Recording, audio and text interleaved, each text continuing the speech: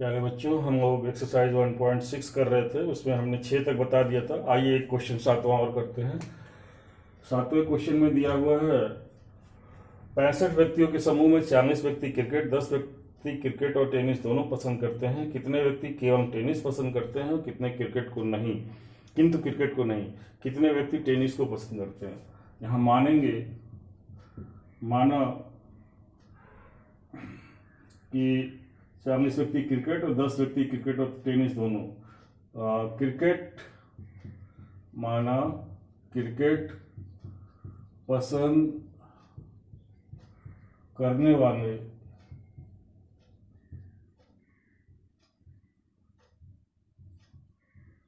व्यक्तियों का समुच्चय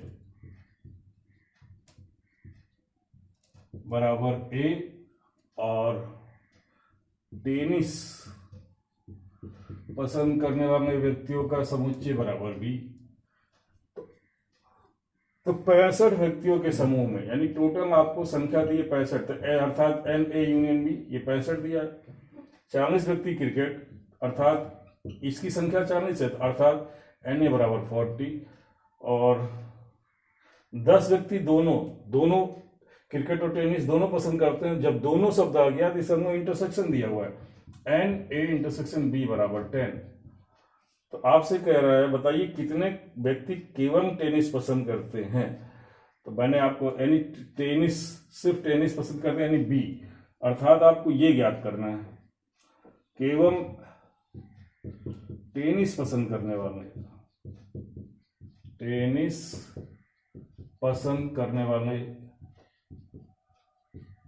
व्यक्तियों की संख्या बराबर एन ए डैश बी।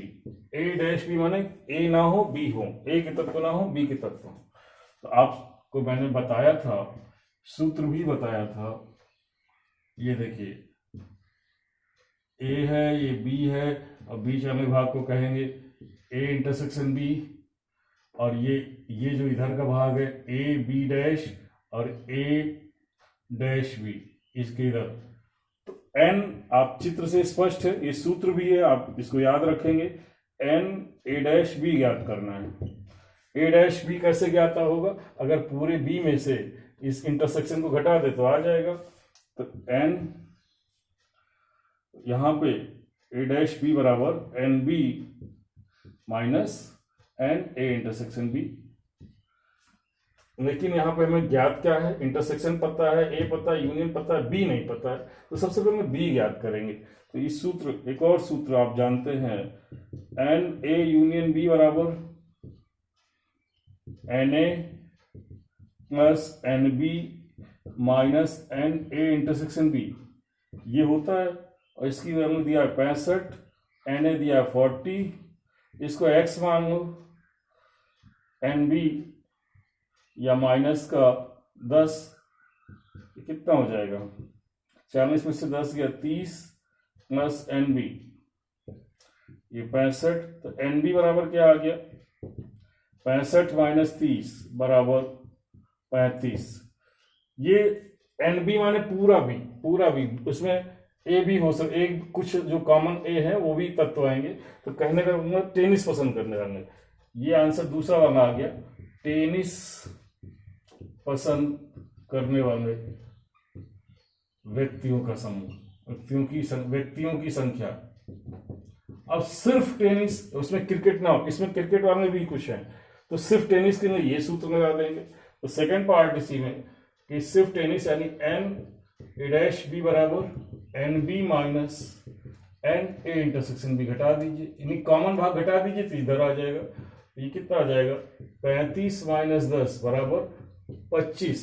25 व्यक्ति ऐसे हैं जो सिर्फ टेनिस पसंद करते हैं। तो ये सिर्फ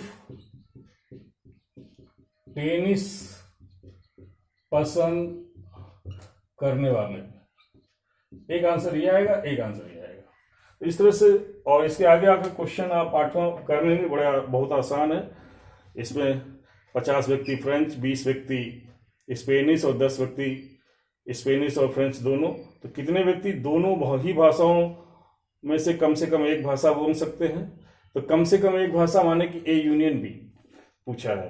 एक फ्रेंच को ए मान लीजिएगा, फ्रेंच बोलने वालों का समुच्चय ए और स्पेनिश बोलने वालों का समुच्चय बी, और ए यूनियन बी, यही सूत्र लगा करके ये आप कर लेंगे। हम आते हैं आप विविध अभ्यास पर।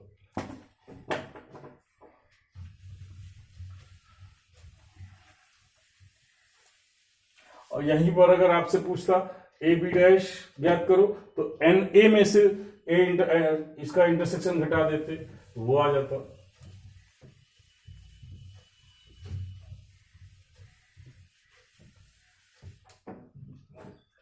विविध अभ्यास,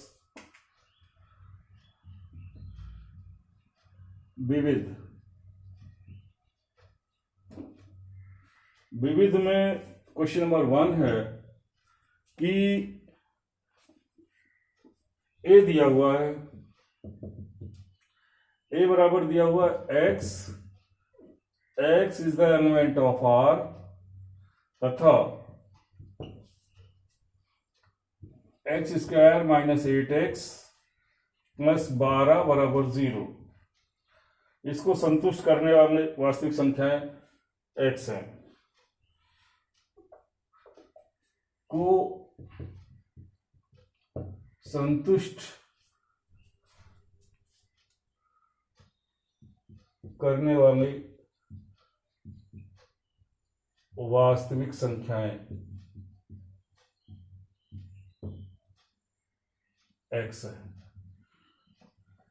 तो यहां पे और b क्या दिया हुआ है, b दिया हुआ है 2 4 6, c क्या दिया हुआ है 2 4 6 8, 2 4 6 8, और d क्या दिया हुआ है 6।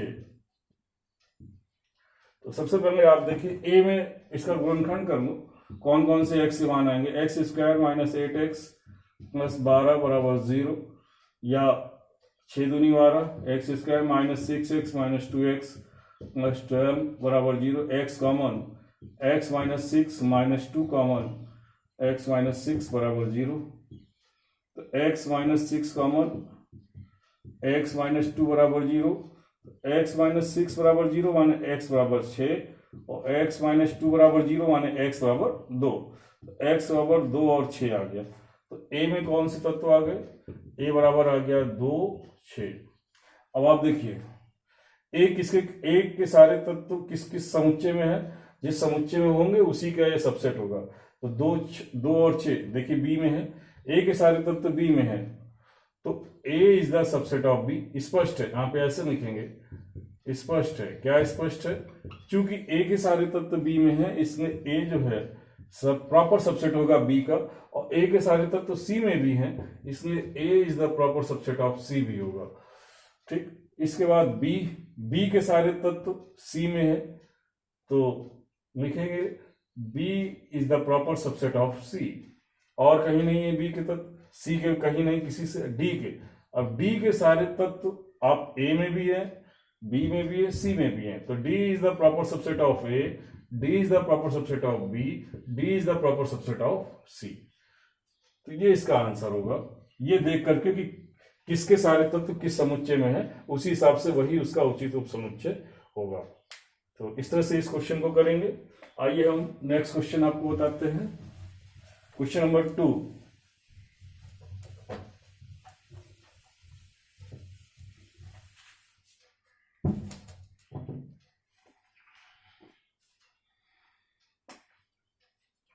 क्वेश्चन नंबर 2 में कह रहा है ज्ञात कीजिए कि निम्नलिखित प्रत्येक कथन सत्य है या असत्य है। यदि सत्य है तो उसे सिद्ध कीजिए, यदि असत्य है तो उदाहरण दीजिए।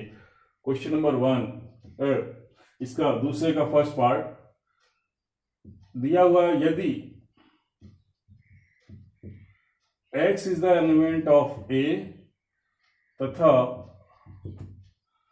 a is the element of b, तो implies that x is the element of b, ये होगा।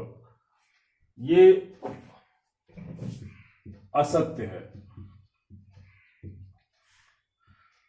यहां पे उदाहरण समझा दे रहे हैं कैसे असत्य है। माना a बराबर 1 2, और b बराबर 1 2 3। तो एक देखिए यहां पर इसका कोई तत्व लीजिए एक तत्व 1 is the element of A, और ये पूरा इसका एक एलिमेंट है, A is the element of B. लेकिन क्या 1 बी का एलिमेंट है? 1 इसमें 1 कहीं है? ये पूरा एक एलिमेंट एक अवयव है, इसमें 1 ये 1 और 2 ये पूरा मिला के एक अवयव है, इसमें ये एक नहीं होगा। यहां पर एक इसमें एक ये दो ही तत्व है, तो यहां 1 नहीं है, तो 1 does not the element of B. तो स्पष्ट हो गया। सेकेंड पार्ट, ऐसे ही ए इज द, जैसे ए आपको दिया है, यदि A is the subset of B तथा B is the element of C, तो A is the element of C ये होगा। आइए देखते हैं, ये भी असत्य है। कैसे असत्य है? देखिए इसका उदाहरण, ए हमने मान लिया 1, 2, बी मान लिया ए 1 2 3 1 2 3, ठीक है, ये हमने माना। और ए ये माना, बी ये माना, और सी में मानेंगे इसको पूरा एक अवयव, इस पूरे समुच्चय को एक अवयव। तो सी में 1 2 3 एक अवयव है, और यहां 4 कर दिया। अब आप देखिए ए इज द एलिमेंट ऑफ सी, यहां पर देखिए कह रहा है, स्पष्ट है यहां पर A is the subset of B है, ए के सारे तत्व तो इसमें है, तथा ये देखिए बी इसका एलिमेंट है सी का, ये भी स्पष्ट है, B is the element of C. लेकिन क्या A is the element of C है? ए यानी जब ये पूरा होता है इसमें, तो ये इसका एलिमेंट होता, तो यहां पे A does not the element of C, A इसका एलिमेंट नहीं है, अतः ये असत्य है। तीसरा, आइए एक तो और देखते हैं, A is the subset of B, B is the subset of C, ये दिया हुआ है। यदि A is the subset of B तथा B is the subset of C, तो A is the subset of C होगा। तो यहां पर देखिए, यदि ए बी का सबसेट है, बी सी का है, यहां पर ये सही सत्य है इसका आंसर। तो आप इसका प्रूफ देखिए कैसे सत्य है। माना x is the element of A, तो x is the element of B भी होगा, क्योंकि ए बी का सबसेट है, और बी x सी का भी तत्व होगा। x is the element of C because b is the subset of c, क्योंकि ए बी का सबसेट है तो ए के सारे तत्व बी में होंगे, इसमें ए का जो तत्व x जो है ए में है तो बी में भी होगा, और b सी का सबसेट है तो b के सारे तत्व सी में होंगे, तो x बी में है तो x सी में भी होगा। तो x यदि ए में है और हमने दिखा दिया सी में है, अतः x is the A is the subset of C, ये सिद्ध हो गया, A is the subset of C. इसी तरह से आइए एक क्वेश्चन और इसी में अगला पार्ट देखते हैं।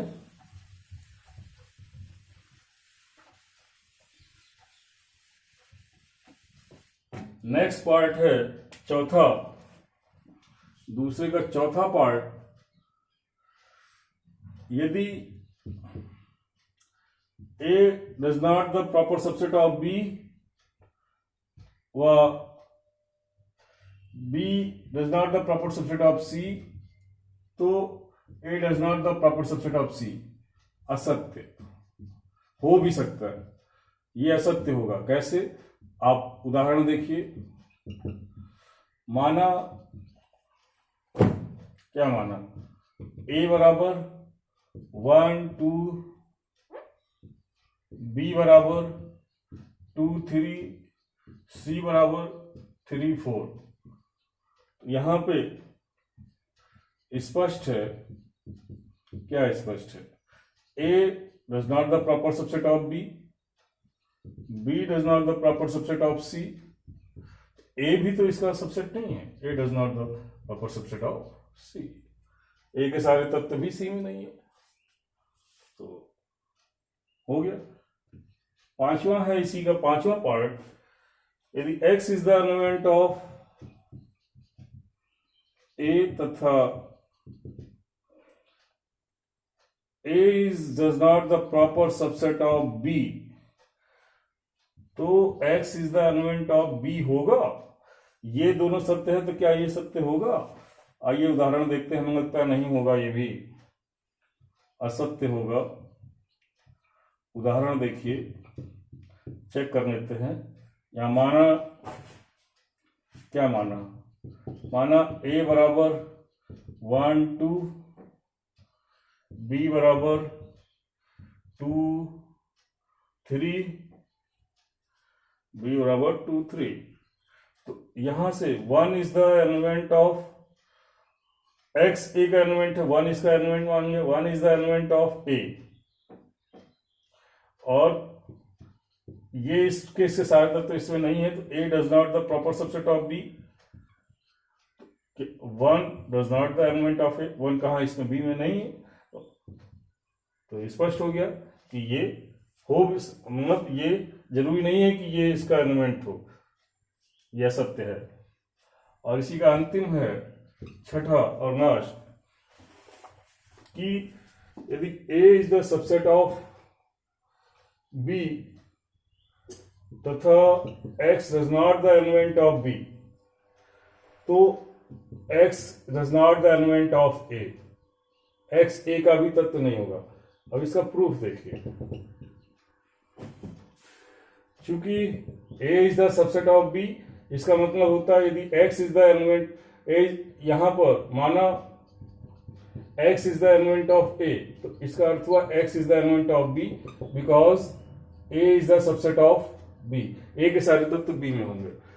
और यदि X does not the element of B, तो इसका मतलब हुआ X does not the element of A, क्योंकि A is the subset of B, A के सारे तत्व B में है, और कोई तत्व जब B में नहीं है तो जाहिर सी बात है वो A में भी नहीं होगा। इसके आगे हम लोग नेक्स्ट वीडियो में पढ़ेंगे। धन्यवाद।